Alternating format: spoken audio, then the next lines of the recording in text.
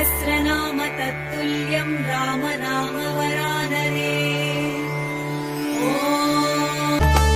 शान्ताकारं भुजगशयनं पद्मनाभं सुरेशं विश्वाधारं गगनसदृशं मेघवर्णं शुभाङ्गं लक्ष्मीकान्तं कमलनयनं योगिभिर्ध्यानगम्यं वन्दे विष्णुं भवभयहरं सर्वलोकैकनाथं वन्दे विष्णुं भवभयहरं सर्वलोकैकनाथम्।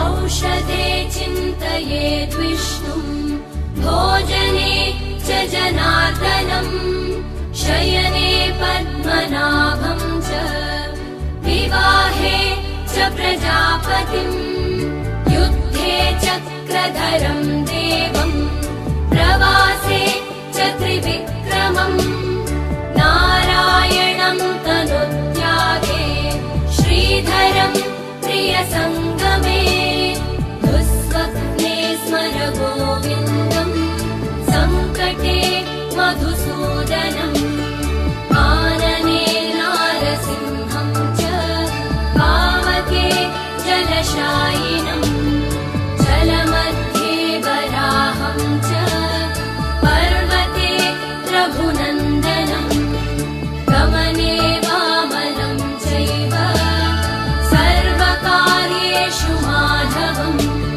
षोडशैतानि नामानि प्रातरुत्थाय यः पठेत् सर्वपापविनिर्मुक्तो विष्णुलोके महीयते सर्वपापविनिर्मुक्तो विष्णुलोके महीयते सर्वपापविनिर्मुक्तो विष्णुलोके महीयते सर्वपापविनिर्मुक्तो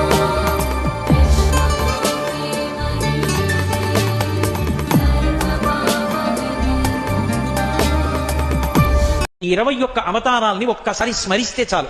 ఈ 21 అవతారాల్ని ఒకసారి వింటే చాలు. వాటి పేర్లు విన్నంత మాత్రం చేత విష్ణు ప్రీతికి పాత్రుడవుతాడు. వేరొక్కసారి జాగ్రత్తగా వినండి.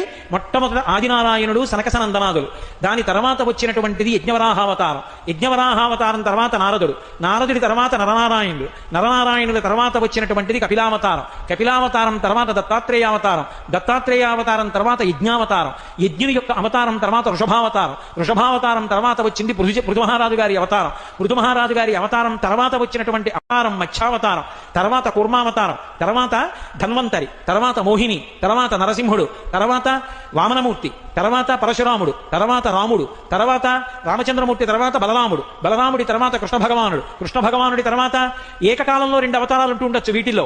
కృష్ణావతారం, కృష్ణావతారం తర్వాత బుద్ధావతారం, బుద్ధావతారం తర్వాత కల్క్యావతారం, మొత్తం 21 అవతారాలు. सुमुखं सुहृदं सुलभं सुखदं स्वनुजं च सुखाय ममोघशरम् अपहाय रघुद्वहमन्यमहं न कथञ्चन जातु भजे।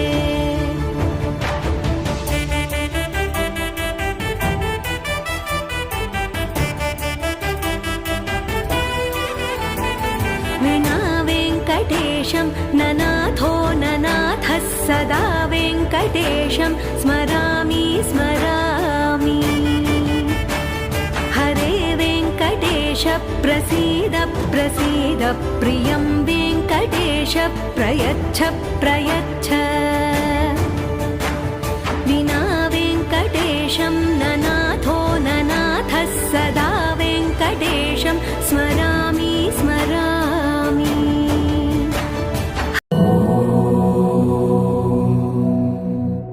कृष्णाय वासुदेवाय हरये परमात्मने प्रणतः क्लेशनाशाय गोविन्दाय नमो नमः। ॐ नारायणाय विद्महे वासुदेवाय धीमहि तन्नो विष्णु प्रचोदयात्।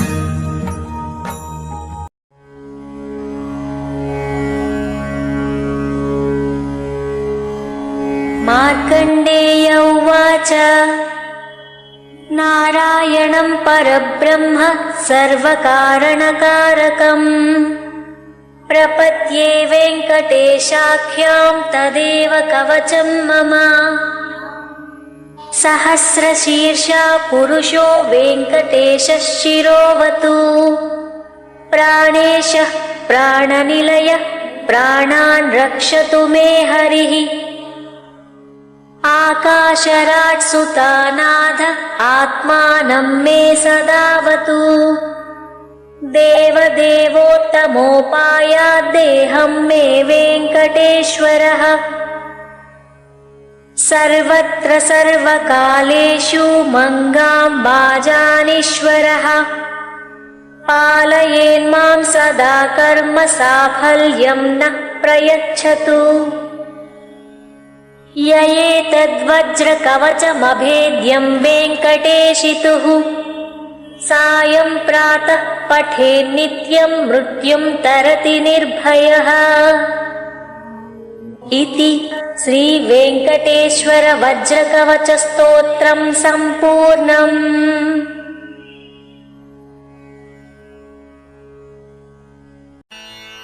कमलाकुचूचुक कुङ्कुमतो नियतारुणितातुलनीलतनो कमलायतलोचन लोकपते विजयी भव वेङ्कटशैलपते।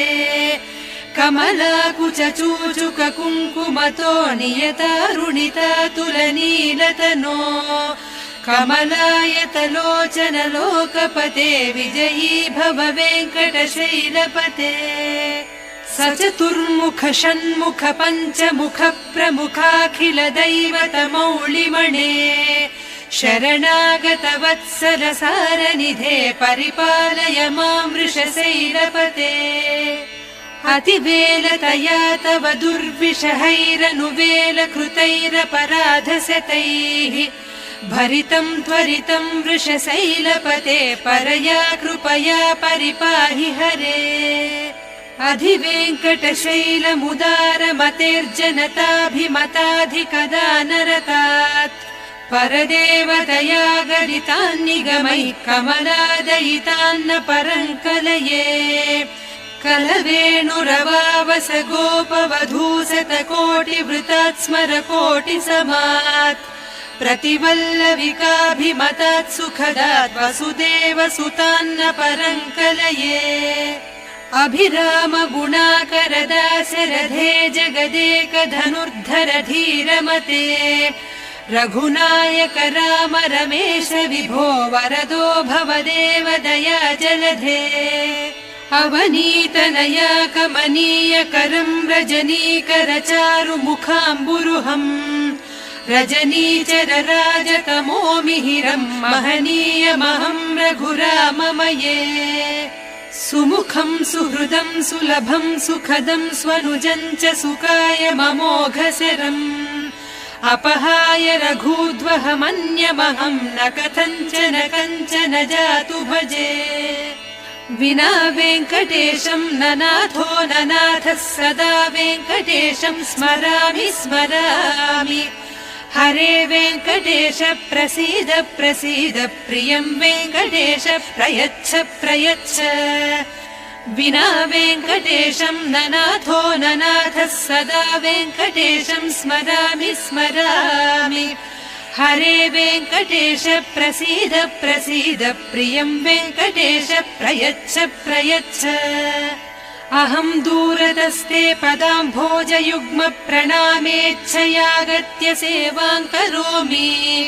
सकृत्सेवया नित्यसेवा फलं त्वं प्रयच्छ प्रयच्छ प्रभो वेङ्कटेश। अज्ञानिना मया दोषान् अशेषान् विहितान् हरे क्षमस्वत्वं क्षमस्वत्वं शेषशैलशिखामणे अज्ञानिना मया दोषान् अशेषान् विहितान् हरे क्षमस्वत्वं क्षमस्वत्वं शेषशैलशिखामणे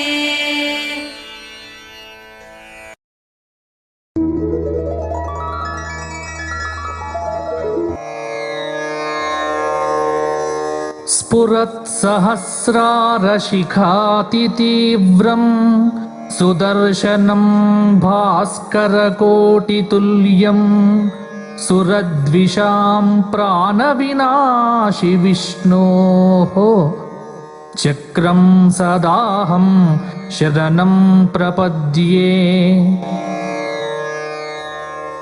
विष्णोर्मुखोत्थानिलपूरितस्य यस्य ध्वनिर्दानवदर्पहन्ता तं पाञ्चजन्यं शशिकोटिशुभ्रम् शङ्खं सदाहं शरणं प्रपद्ये हिरण्मयीं मेरुसमानसारां कौमोदकीं दैत्यकुलैकहन्त्रीं वैकुण्ठवामाग्रकराभिमृष्टां गदां सदाहं शरणं प्रपद्ये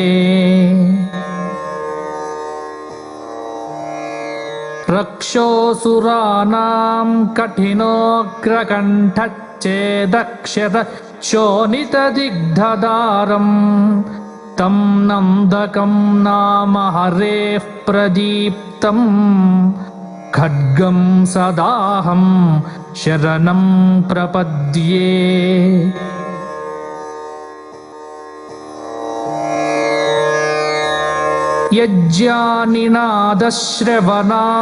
यज्ञानिनादश्रवणात्सुराणां चेतांसि निर्मुक्त भयानि सद्यः भवन्ति दैत्याशनिबाणवर्षी शाङ्गं सदाहं शरणं प्रपद्ये इमं हरेः पञ्चमहायुधानां स्तवं पठेत्योऽनुदिनं प्रभाते समस्तदुःखानि भयानि सद्यः पापानि नश्यन्ति सुखानि सन्ति वने रणे शत्रुजलाग्निमध्ये यदृच्छयापत्सु महाभयेषु इदं पठन् स्तोत्रमनाकुलात्मा सुखी भवेत् तत्कृतसर्वरक्षः सशङ्खचक्रं सगदाशिशाङ्गं पीताम्बरं कौत्सुभवत्सचिह्नं श्रिया समेतोज्ज्वलशोभिताङ्गम् विष्णुं सदाहं शरणं प्रपद्ये जले रक्षतु वाराहः स्थले रक्षतु वामनः अटव्यां नारसिंहश्च सर्वतः पातु केशवः इति श्री परमहंस परिव्राजकाचार्य श्रीमच्छङ्कराचार्य विरचितं पञ्चायुधस्तोत्रं सम्पूर्णम्।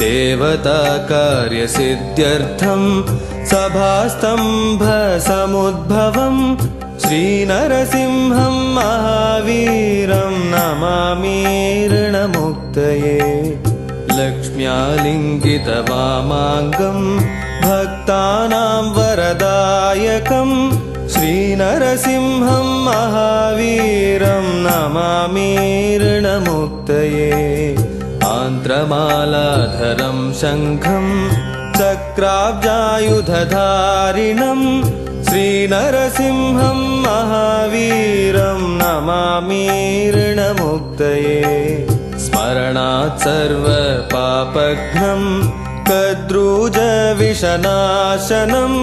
श्रीनरसिंहं महावीरं नमामि ऋणमुक्तये सिंहनादेन महता दिग्दन्ति भयनाशनं श्रीनरसिंहं महावीरं नमामि ऋणमुक्तये प्रह्लादवरदं श्रीशं दैत्येश्वरविदारणं श्रीनरसिंहं महावीरं नमामि ऋणमुक्तये क्रूरग्रहैः पीडितानां भक्तानामभयप्रदं श्रीनरसिंहं महावीरं नमामि ऋणमुक्तये वेदवेदान्तयज्ञेशं ब्रह्मरुद्रादिवन्दितं श्रीनरसिंहं महावीरं नमामि